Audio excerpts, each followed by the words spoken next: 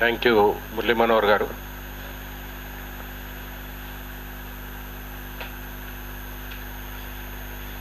Telangana resource సెంటర్కి వేద్ కుమార్ గారికి,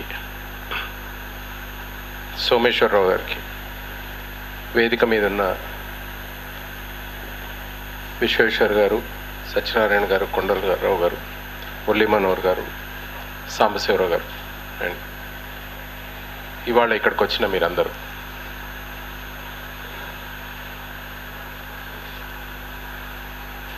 తెలంగాణ జయశంకర్ గారు స్మృతితోని మొదలెట్టాం కాబట్టి ఒక చిన్న అంశం, నాతో జరిగిన ఒక దుర్ఘటన చెప్పదలుచుకున్నాను. మీలో కొందరికి తెలుసు, చాలామందికి తెలియదు. నేను ఒక సర్జికల్ గ్యాస్ట్రోఎంట్రాలజిస్ట్ని. ఇప్పుడు ఆ వృత్తి వదిలేసి నేను వీకర్ సెక్షన్స్ కోసం అని తిరుగుతూ ఉన్నాను, ఎందుకంటే సర్జన్స్ చాలామంది ఉన్నారు. జయశంకర్ గారిని కలవాలని చాలా ఉండింది. దురదృష్టవశాత్తు ఆయన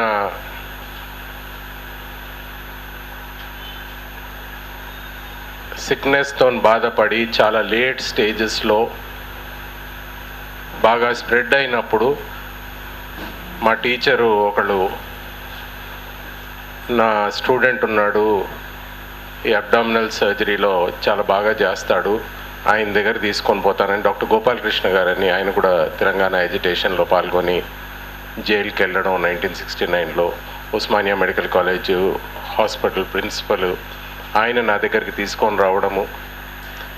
అప్పటికి ఆయనకున్న క్యాన్సర్ బాడీ అంతా స్ప్రెడ్ అయిపోయి ఏం చేయలేని పరిస్థితి. అసలు ఈయన జయశంకర్ అన్ని పోల్చుకోలేని పరిస్థితిలో దురదృష్టవశాత్తు చూడాల్సి వచ్చింది.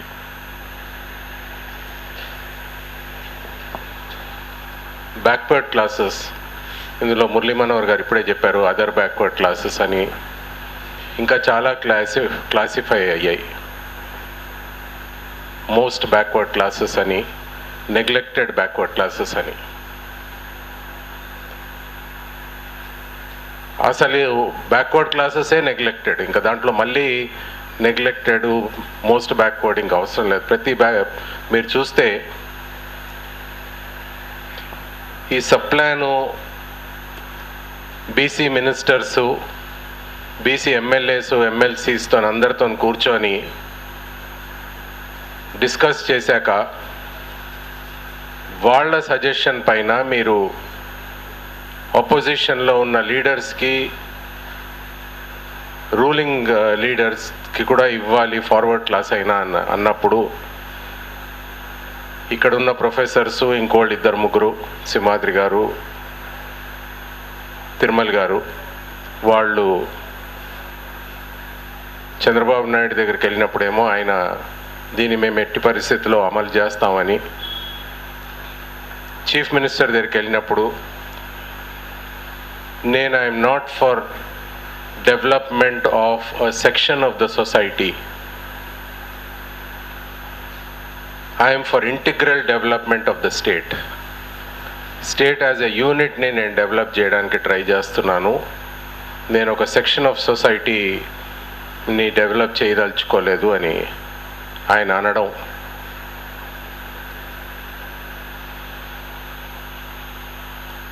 మరి ఎస్సీ ఎస్టీ సబ్ ప్లాన్ అన్నప్పుడు ఒక సెక్షన్ ఎందుకు డెవలప్ చేయడానికి ప్రయత్నిస్తున్నాను? అది కూడా ఒక సెక్షన్ ఆఫ్ సొసైటీయే కదా. కానీ బ్యాక్వర్డ్ క్లాస్ వచ్చినప్పుడు ఇలాంటి high flying words, integral development of the state అన్నట్టు కొన్ని బయటికి వస్తూ ఉంటాయి. ఇది బ్యాక్వర్డ్ క్లాసెస్ వీక్నెస్ అని కొందరంటే, యాక్చువల్లీ ఇది మన స్ట్రెంగ్త్ అని అంటాను నేను. ఒకవేళ మనం అసర్ట్ చేసుకోగలిగితే ఇదే మన స్ట్రెంగ్త్గా మారుతుంది. రాజశేఖర్ రెడ్డి గారు కొన్ని ఆ 5 కులాలని తీసేసి చేస్తాను అని అన్నారు మురళీ మనోహర్ గారు. రాజశేఖర రెడ్డి గారు ఆయన తత్వం చూసుకుంటే మీరు ఆయన ఏదైనా చేసేయచ్చు అనుకున్నాడు ఈ స్టేట్లో. నేను ఏదంటే అది చేసేయచ్చు. నాకు ఒక ఐఏఎస్ ఆఫీసర్ ఫ్రెండ్ చెప్పాడు, ఒక పర్టిక్యులర్ ఏరియాలో ఇది ఆయన మనసులో ఇది ఇలా చేయాలని ఉండింది, కానీ రూల్స్ అండ్ రెగ్యులేషన్స్ అలా ఒప్పుకోలేవు. సో అది ఒక ఫైల్ తయారు చేసి తీసుకొని రండి అని రాజశేఖర రెడ్డి గారు ప్రిన్సిపల్ సెక్రటరీ ఆయన ఐఏఎస్ ఆఫీసర్ని అడిగితే ఈయన 60-70 పేజీల ఫైల్ తయారు చేసుకొని తీసుకెళ్ళాడు. ఇందులో చెయ్యలేము అన్నది ఎక్కడుంది అంశాలు అంటే ఈ 3 పేజీల్లో ఉంది సార్ అని ఆయన తీసి చూపించాడు. ఎందుకు చేయలేము, ఇది చేయలేము, ఎందుకు చేయలేము అన్నది ఈ 3 పేజీల్లో ఉంది అని ఆయన తీసి చూపిస్తే రాజశేఖర రెడ్డి ఐఏఎస్ ఆఫీసర్ చెప్పింది నేను చెప్తున్నాను మీకు. ఆ 3 పేజీలు చింపేసి ఇప్పుడు ఏమంటావు అని అన్నాడు. దాని తర్వాత ఇది మీ ఇష్టం సార్ అని అన్నారు. సో రాజశేఖర రెడ్డి ఏదైనా చేయొచ్చు అని అనుకున్నాడు. పేజీలు చింపేయచ్చు, రాతలు మార్చేయచ్చు. అయితే బ్యాక్వర్డ్ క్లాసెసే నెగ్లెక్టెడ్ అని ఎందుకు అనుకుంటున్నాం, నేను ఎందుకు దాన్ని పూర్తిగా పరిపూర్ణంగా ఎందుకు సమర్థిస్తున్నాను నేను? ఇవాళ ఒక్కొక్కటి చూసుకుంటే మీరు నేషనల్ బ్యాక్వర్డ్ క్లాస్ కమిషన్, ఇవాళ ఒక schedule caste national backward class commission ఉంది, ఒక బ్యాక్వర్డ్ క్లాస్ నేషనల్ కమిషన్ ఉంది. బ్యాక్వర్డ్ క్లాస్ నేషనల్ కమిషన్కి ఫైనాన్స్ షెడ్యూల్ కాస్ట్ కమిషన్ ఇస్తుంది. 2 గెజెటెడ్ కమిషన్సే, కానీ finance comes from schedule caste commission, national schedule caste commission. Backward class కమిషన్కి ఇండిపెండెంట్గా ఫైనాన్స్ లేదు. 1. 2, అందులో పవర్స్ ఏంటి backward class national backward class కమిషన్కి? ఈ కమ్యూనిటీ డెవలప్ అయ్యింది, ఇది ఇంకా బ్యాక్వర్డ్ క్లాసెస్లో ఉండే అవసరం లేదు, ఈ కమ్యూనిటీస్ డెవలప్ అవ్వలేదు, వీటిని బ్యాక్వర్డ్ క్లాసెస్లోకి తీసుకొని రావాలి. ఇది ఒకటే పవర్, దానికి ఇంకేం పవర్స్ లేవు నేషనల్ బ్యాక్వర్డ్ క్లాస్ కమిషన్కి. This is very very unfortunate. రెండోది, ఇవాళ మనం ఒక షెడ్యూల్ కాస్ట్ని పేరెత్తి పిలిస్తే ఇమ్మీడియట్గా ఒక షెడ్యూల్ కాస్ట్ అట్రాసిటీ యాక్ట్ వచ్చేస్తుంది.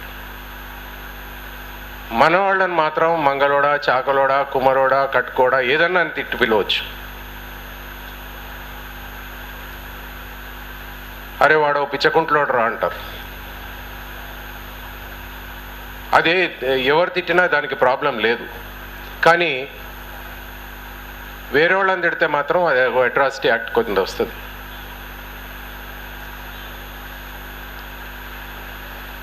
ఒక బీసీ అట్రాసిటీ యాక్ట్ కూడా ఉండాలి అసలు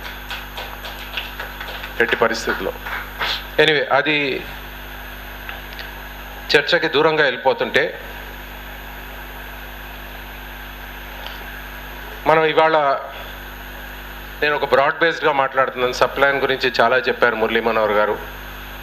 ఒక బ్రాడ్ బేస్డ్గా మాట్లాడుతున్నాను. 34% రిజర్వేషన్స్. ఇక్కడ పూసా సాంబశివరావు గారు ఉన్నారు, ఆయన ఇన్వాల్వ్ అయ్యారు. హైకోర్టులో ఆయన కేసు వేయడం జరిగింది, అక్కడ నుంచి సుప్రీంకోర్టులో ఆయన వేశారు, సుప్రీంకోర్టులో నేను వేశాను.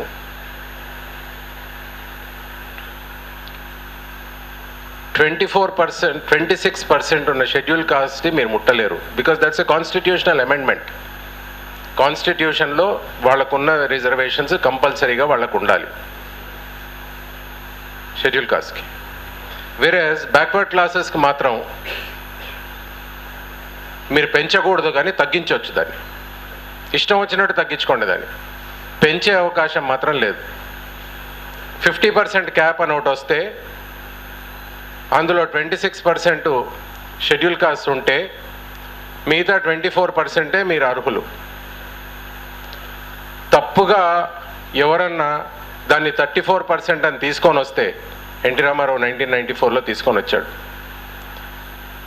ఎంపవర్మెంట్ ఊర్లలోంచి కావాలి అని ఆయన అక్కడి నుంచి తీసుకురావాలని 34% రిజర్వేషన్స్ ఇన్ లోకల్ బాడీస్ అని తీసుకొని వచ్చాడు. ఏమైపోయిందంటే దీంతో మనకేమవుతుందిలే అని వదిలేశారు. 1994 ఎలక్షన్స్లో బీసీలు 34%లోంచి 35-40% సర్పంచ్లుగా గెలిచారు.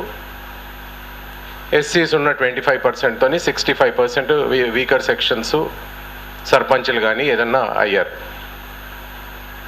2000కి వచ్చేసరికి వాళ్ళు రిజర్వ్డ్ సీట్స్లో అక్కడే ఫిట్ అయి ఉన్నారు కాబట్టి ఎస్సీస్ అండ్ ఎస్టీస్, బీసీస్ 34% ప్లస్ గ్రామాలలో చాలా గ్రామాలలో 80-90% బీసీస్ ఉన్నారు కాబట్టి నెక్స్ట్ టైం వచ్చేసరికి 45-50% పెరిగింది. అంటే మొత్తం రిజర్వేషను ఇదంతా కలిపి చూసుకుంటే 75%. అది జనాభా ప్రాతిపదికన అంతంత జనాభా ఉంది కాబట్టి పెరుగుతూ పోయింది. 2006 వచ్చేసరికి 80% సర్పంచ్లు బీసీస్, ఎస్సీస్, ఎస్టీస్ అయ్యారు. ఇదేంట్రా మన చేతుల్లో ఏమి మిగిలేటట్టు లేదు, మనం ఉన్న 5%, 2% అంతే మనం అయ్యేలాగున్నాము, ఇది కట్ చేయకపోతే అని కొందరు పాలిటీషియన్స్ కావాలని కోర్టుకు వెళ్ళడము, హైకోర్టులో పొలిటికలీ బ్యాక్వర్డ్నెస్ ఎంత ఉంది దాన్ని క్యాలిక్యులేట్ చేసి అప్పుడు ఈ రిజర్వేషన్స్ ప్రక్రియ దాని ప్రకారం పెట్టండి అని. ఒక డాక్టర్గా ఉండి లీగల్ ఇష్యూస్ అంతా తెలియని వాడికి నాకే తెలుసు కాన్స్టిట్యూషన్లో పొలిటికల్ బ్యాక్వర్డ్నెస్ అన్న వర్డ్ లేదు అక్కడ. Social backwardness, educational backwardness. High court judge ఆ జడ్జ్మెంట్ ఇవ్వడము, పొలిటికల్ బ్యాక్వర్డ్నెస్ డేటా కలెక్ట్ చేయండి దాని ప్రకారం రిజర్వేషన్స్ ఇద్దామని స్టేట్ గవర్నమెంట్ యాక్సెప్ట్ చేయడము. ఇంకా దీని తర్వాత సుప్రీంకోర్టుకి ఊసా గారు కానీ నేను కానీ వెళ్ళకపోతే సుప్రీంకోర్టుకు కూడా వెళ్ళొద్దని అనుకోవడము. ఇవన్నీ మేము ఇవాళ బీసీ డిక్లరేషన్ అంటున్నారు, ఇంకా పార్టీస్ అంటున్నారు, వాళ్ళందరినీ వెళ్ళి అడిగాం మీరు కోర్టు, ఎందుకంటే సుప్రీంకోర్టు అంటే మాటలు కావు, చాలా డబ్బులు ఖర్చు అవుతాయి, మీరు వెళ్ళండి ప్లీజ్ అంటే మేము డిక్లరేషనే పెట్టాం, ఇంకెందుకండి ఈ రిజర్వేషన్స్ అని ఒక పార్టీ. ఇంకో పార్టీ మేము వెళ్ళదలుచుకోలేదు, మేము వచ్చాక చేంజెస్ తీసుకొని వస్తాము అని. ఇసెన్షియలీ మీరు చూసుకుంటే ప్రమోషన్స్లో రిజర్వేషన్, సుప్రీంకోర్టు ప్రమోషన్స్లో రిజర్వేషన్స్ ఉండొద్దు అన్నా కానీ షెడ్యూల్ కాస్ట్, షెడ్యూల్ ట్రైబ్స్ కోసము కాన్స్టిట్యూషనల్ అమెండ్మెంట్ తీసుకొచ్చి వాళ్ళకి ప్రమోషన్స్లో రిజర్వేషన్ ఇస్తారు. నేను ఎక్కడ కూడా ఇవ్వద్దని అనడం లేదు, ప్లీజ్. వాళ్ళకి అవసరము, వాళ్ళకి ఇవ్వాలి. కానీ అట్ ద సేమ్ బ్రెత్ నేనేమంటున్నానంటే బ్యాక్వర్డ్ క్లాసెస్కు కూడా అవసరం. 50% క్యాప్ అనగానే ఎందుకు అక్కడ ఆపేస్తున్నారు? అక్కడ కాన్స్టిట్యూషనల్ అమెండ్మెంట్ ఎందుకు తీసుకురావడం లేదు? జనాభా ప్రాతిపదికన 55%, 60% ఉన్న వాళ్ళకి మీరు 27% అని ఎందుకు ఆపేస్తున్నారు? 1970లో 90 కులాలు అని క్లాసిఫై చేశారు అండర్ బ్యాక్వర్డ్ క్లాసెస్. అంటే 90 జాబ్స్ ఉంటే 27 జాబ్స్ ఉంటే 90 మంది మీరు కొట్టుకుంటారా అని ఒక ఎగ్జాంపుల్గా చెప్తున్నా. దాన్ని తీసుకుపోయి మాకు ఈ భోజనం సరిపోవడం లేదు, మా ప్లేట్లో అన్నం తక్కువగా ఉంది అని అంటే దీన్ని ఇంక్రీజ్ చేయమని అడిగితే, మనం రిజర్వేషన్స్ ఇంక్రీజ్ చేయమని అడుగుతుంటే అందులో ఉన్న కమ్యూనిటీస్ని 140కి తీసుకుపోయారు. 140 కమ్యూనిటీస్ చేసి పెట్టారు దాన్ని 2006లో రాజశేఖర రెడ్డి గారు. ఇది సరిపోవడం లేదంటే మళ్ళీ అందులో ముస్లిమ్స్ని తీసుకొని వచ్చారు. ఇవాళ ఆ మిగిలిన 50 కమ్యూనిటీసే కానీ ముస్లిమ్స్కి కానీ ఎట్టి పరిస్థితుల్లో వాళ్ళకు కూడా సహాయం అవసరము, వాళ్ళకు కూడా మనం ఒక సపోర్ట్ ఇవ్వాల్సి వస్తుంది. నేను పోట్లాడడానికి దానికి రెడీగా ఉన్నా. కానీ ఫస్ట్ మా ప్లేట్లో ఉన్న అన్నం సరిపోతలేకపోతే మేము అది సరిపోవడం లేదని ఏడుస్తుంటే దాన్ని ఇంకా విభజించి ఇది చేయడం కరెక్టా? ఇవాళ ఈ సుప్రీంకోర్టు ఇచ్చిన దాని ప్రకారం 60% అంటే 34% బీసీస్, 26% ఎస్సీస్ ఎస్టీస్ తీసుకుంటే 60%. సుప్రీంకోర్టు ధర్మాసనం వాళ్ళ ఓన్ క్యాప్ని తీసేసి ముందుకు వచ్చినప్పుడు మనకి జనాభా ప్రాతిపదికన మనం ఎంత ఉన్నాం అన్న తెలవడం చాలా అవసరం. ఎందుకంటే ఇప్పుడు 50% క్యాప్ వెళ్ళిపోయినట్టు. ఇప్పుడు ఇంకా హయ్యర్ కెపాసిటీ ఉంటే, ఇంకా హయ్యర్ పాపులేషన్ ఉంటే మనం ఆ హయ్యర్ పాపులేషన్కి వెళ్ళొచ్చు. కానీ ప్రభుత్వం ఏది చేసినా ఓట్ బ్యాంక్ ఎలా చేయాలి? ఈ 140 చేసినప్పుడు ఇంకా 50% మనకి ఓట్లు వేస్తారు, ముస్లిమ్స్ మనకు ఓటేస్తారు.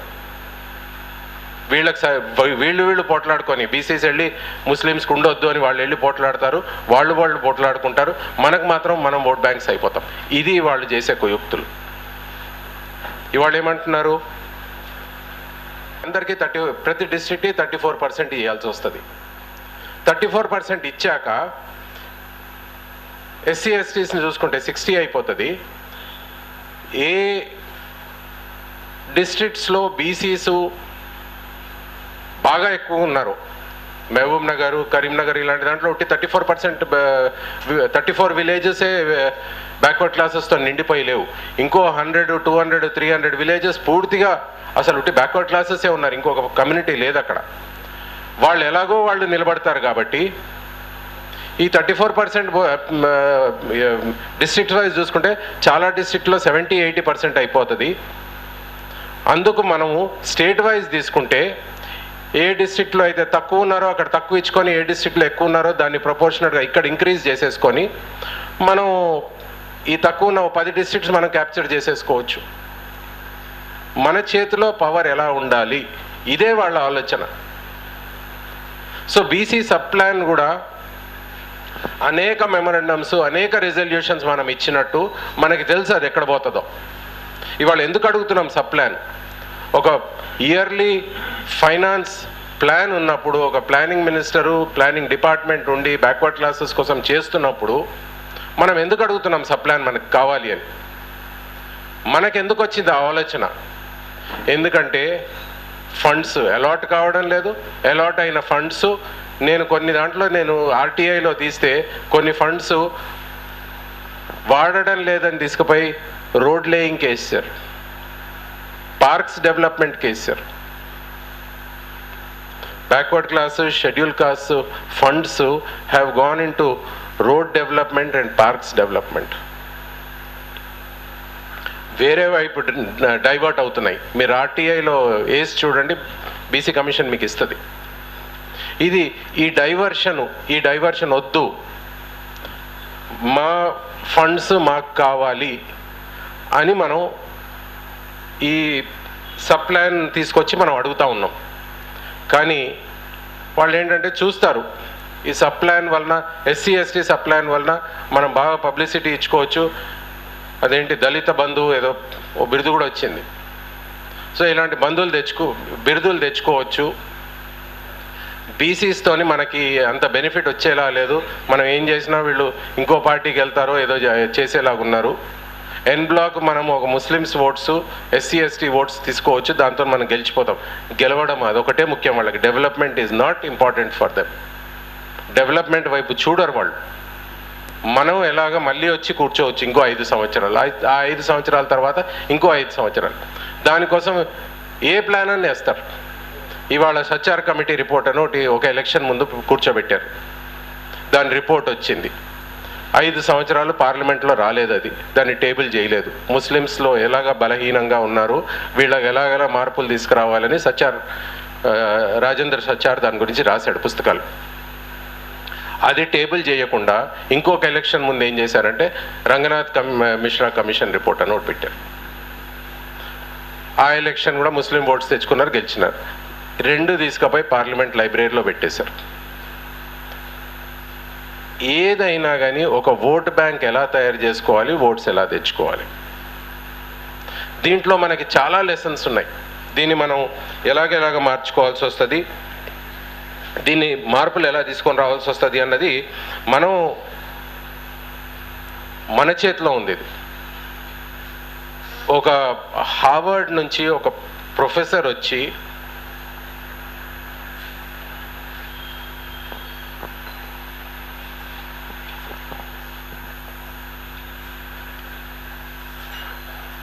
మీరు సాయంత్రం రాత్రి 10-11 వరకు అంటే ఇంక మీకు టిఫిన్ కూడా వచ్చేసింది.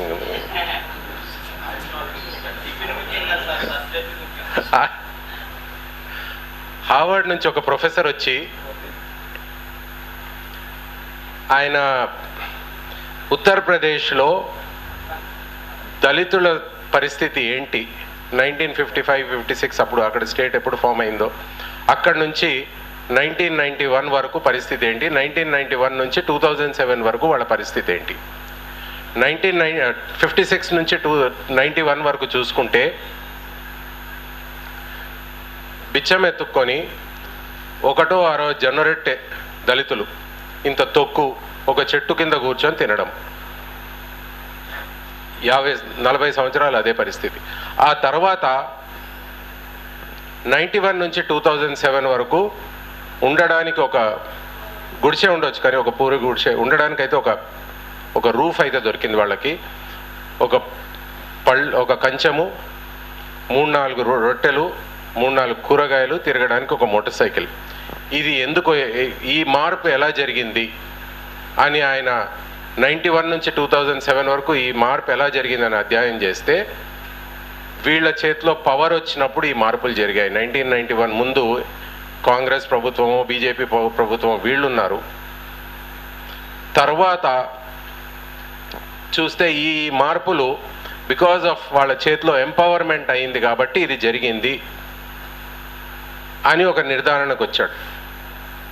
దీంట్లో మనకి లెసన్ ఏంటంటే, పవర్ మన చేతిలో వచ్చినప్పుడు ఈ సబ్ ప్లాన్లు ప్రతి ఒక్కటి మనది మనం ఇంప్లిమెంట్ చేసుకోవచ్చు.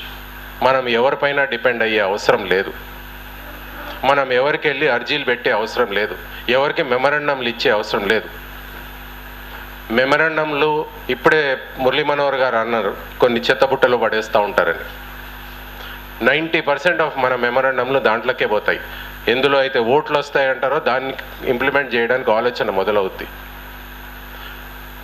ఎంపవర్మెంట్ విలేజెస్ నుంచి స్టార్ట్ అయ్యి మన చేతిలో ఎంపవర్మెంట్ తీసుకున్నప్పుడే, మన జీవితాలు మనం మార్చుకున్నప్పుడే, సబ్ ప్లాన్లు అన్నీ ఇంప్లిమెంట్ చేసుకున్నప్పుడు, దీని తర్వాత ఒక 10 సంవత్సరాల తర్వాత అంబేద్కర్ గారు ఏమన్నారు, 10-15 సంవత్సరాలు రిజర్వేషన్స్ ఉండాలి, దాని తర్వాత ఉండే అవసరం లేదు, ఎందుకంటే అప్పటి వరకు డెవలప్మెంట్ అవుతుంది అనుకున్నారు ఆయన.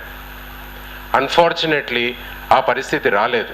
ఆ పరిస్థితి ఎవరు తీసుకురావాలి? ఆ పరిస్థితి మనం ఎవరినో వాళ్ళు చేస్తారు, వీళ్ళు చేస్తారు, మన సబ్ ప్లాన్ ఇంప్లిమెంట్ చేస్తారంటే ఎవరు కూడా చెయ్యరు. మన చేతిలో మనం తీసుకొని మనం ఇంప్లిమెంట్ చేసుకోవాల్సి వస్తుంది. అదొకటే దారి. అది ఇవాళ లోకల్ బాడీస్లో కానీ రేపు జనరల్ ఎలక్షన్స్లో కానీ మన సత్తా మనం చూపించాల్సి వస్తుంది. అది చేసినప్పుడే మన వాళ్ళ జీవితాలు మనం మార్చవచ్చు. ఆ తర్వాత నోమాడిక్ ఆర్ సంచార జాతులు ఉండరు, నెగ్లెక్టెడ్ బ్యాక్వర్డ్ క్లాసెస్ ఉండవు, మోస్ట్ బ్యాక్వర్డ్ క్లాసెస్ ఉండవు. దీనికి మనం కష్టపడాల్సి వస్తుంది. కష్టపడడానికి చాలామంది రెడీగా ఉన్నాం, సరిపోరు. ఇంకా కష్టపడడానికి వస్తే ఒక సహాయం అవుద్ది, మన వాళ్ళ పక్కన నిలబడగలుగుతాం మనం. Thank you very much.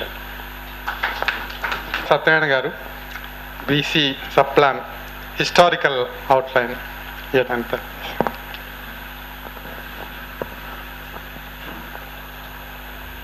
వేదిక మీద ఉన్న పెద్దలు, వేదకుమార్ గారు, ఆహ్వానితులారా,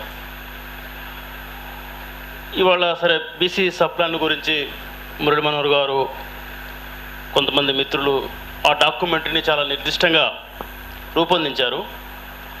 అయితే నేను అసలు ఈ బీసీ సబ్ ప్లాన్ని అర్థం చేసుకోవడానికి ఒక చారిత్రక సామాజిక నేపథ్యాన్ని కూడా మనం తెలుసుకోవాల్సిన అవసరం ఉందని అనుకున్నాను ఇవాళ. ఎందుకంటే వినయ్ కుమార్ గారు చెప్పినట్టు రాజ్యాధికారము బీసీలకు వచ్చినప్పుడు ఈ సబ్ ప్లాన్ అనేటువంటి ముచ్చట ఉండదు. కానీ ఆ రాజ్యాధికారం రావడానికి బీసీలు ఏం చేయాలి? మన ఈ మధ్య ఆంధ్రజ్యోతిలో ఒక మిత్రుడు రాసిన ఆర్టికల్ చదివినప్పుడు ఆయన ఏమంటాడంటే, సంఖ్యాపరంగా బీసీలు ఎక్కువ ఉన్నప్పటికీ చైతన్యపరంగా, ఉద్యమపరంగా వాళ్ళు దళితుల కంటే వెనకబడే ఉన్నారని చెప్తాడు. అంటే నాకు అప్పుడు అనిపించింది, అవును, ఆయన చేసిన ఈ సూత్రీకరణ ఇవాళ మనం సప్లాన్ను చర్చకు పెట్టినప్పుడు అసలు ఈ సప్లాన్ను రూపొందించడానికి దోహదపడినటువంటి దుర్భర పరిస్థితులు ఏంటి అని చూసినట్లయితే, సరే, దళితులకి రాజ్యాంగ భద్రత రావటము ఒక ముఖ్యమైన అంశంగా మనం గుర్తించాలి. అంటే ఒక సోషల్ కేటగిరీ, ఒక కల్చరల్ ఎంటిటీ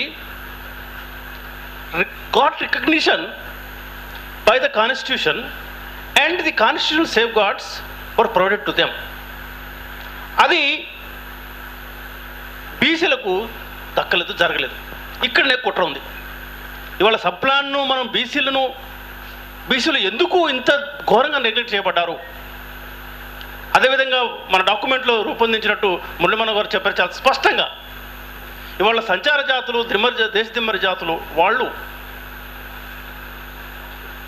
దళితుల కంటే కూడా విహీనంగా దోపిడీ చేయబడుతున్నారు అన్నప్పుడు డిస్క్రిమినేషన్ అనేటువంటిది మనకు ఇంతవరకు ఉన్నటువంటి డిస్కోర్స్లో discrimination is identified or related or located with in the Dalits. కానీ వాళ్ళ మనము డిస్క్రిమినేషన్ ఈజ్ బియాండ్ దళిత్స్ అనేటువంటి ఒక కాన్సెప్ట్ కూడా మనం చెప్పుకొని, మరి ఈ బీసీ సప్లాన్ను అమలు చేసేటువంటి క్రమంలో అంటే ఇవాళ ఈ భారత రిపబ్లిక్, భారత రాజ్యాంగానికి, భారత పరిపాలనా వర్గానికి ఒక స్వభావం ఉంది. అది కుల స్వభావం. ఇందాక మురళీమోహన్ గారు బిగినింగ్లో చెప్పాడు, కానీ దాన్ని కొంచెం నేను నొక్కి చెప్తాను. మనకు రాజ్యాంగ పరిషత్ ఏర్పడినప్పుడు రాజ్యాంగ సభలో జరిగినటువంటి చర్చల్ని ఒకసారి మనం విశ్లేషిస్తే, ఇవాళ నెహ్రూ ఒక లిబరల్ బూర్జువా ఇమేజ్తో ఉన్నటువంటి నెహ్రూ వాస్తవానికి he was a Brahminical ideology ఆయన. అందుకే ఆనాడు బీసీలని ఇది ఒక కుల సమూహము, బీసీలకు ఉన్నటువంటి వృత్తికి వాళ్ళ సామాజిక స్థాయికి అవినాభావ సంబంధం ఉంది, కులం అనేటువంటిది ఒక వాస్తవం అని గుర్తించకుండా ఆనాడు ఉన్నటువంటి కాన్స్టిట్యూంట్ అసెంబ్లీలో ఉన్నటువంటి ప్రతినిధులందరూ కూడా 100కి 90 మంది బ్రాహ్మణీయ అగ్రకులాలకు చెందినటువంటి వాళ్ళు. కాబట్టి వాళ్ళు నెహ్రూ చాలా క్లెవర్గా, అంటే ఆయనకున్నటువంటి ఈ రోజ్ ఫ్లవర్ సోషలిజాన్ని అడ్డుపెట్టుకొని, కులం అంటే ఇదేదో వెనుకబాటుతనాన్ని సూచిస్తుంది, దాన్ని మనం ఉచ్చరించకూడదు, ఇవాళ మనమంతా కూడా ప్రోగ్రెస్ అవుతున్నాము, మనమంతా కూడా ముందు చూపు చూడాలా, కాబట్టి ఈ కులం అనేటువంటి ప్రస్తావన లేకుండా క్లాస్ అనేటువంటి దాన్ని తీసుకొచ్చాడు. అక్కడ భారత రాజ్యాంగ సభలో ఉన్నటువంటి ప్రతినిధులు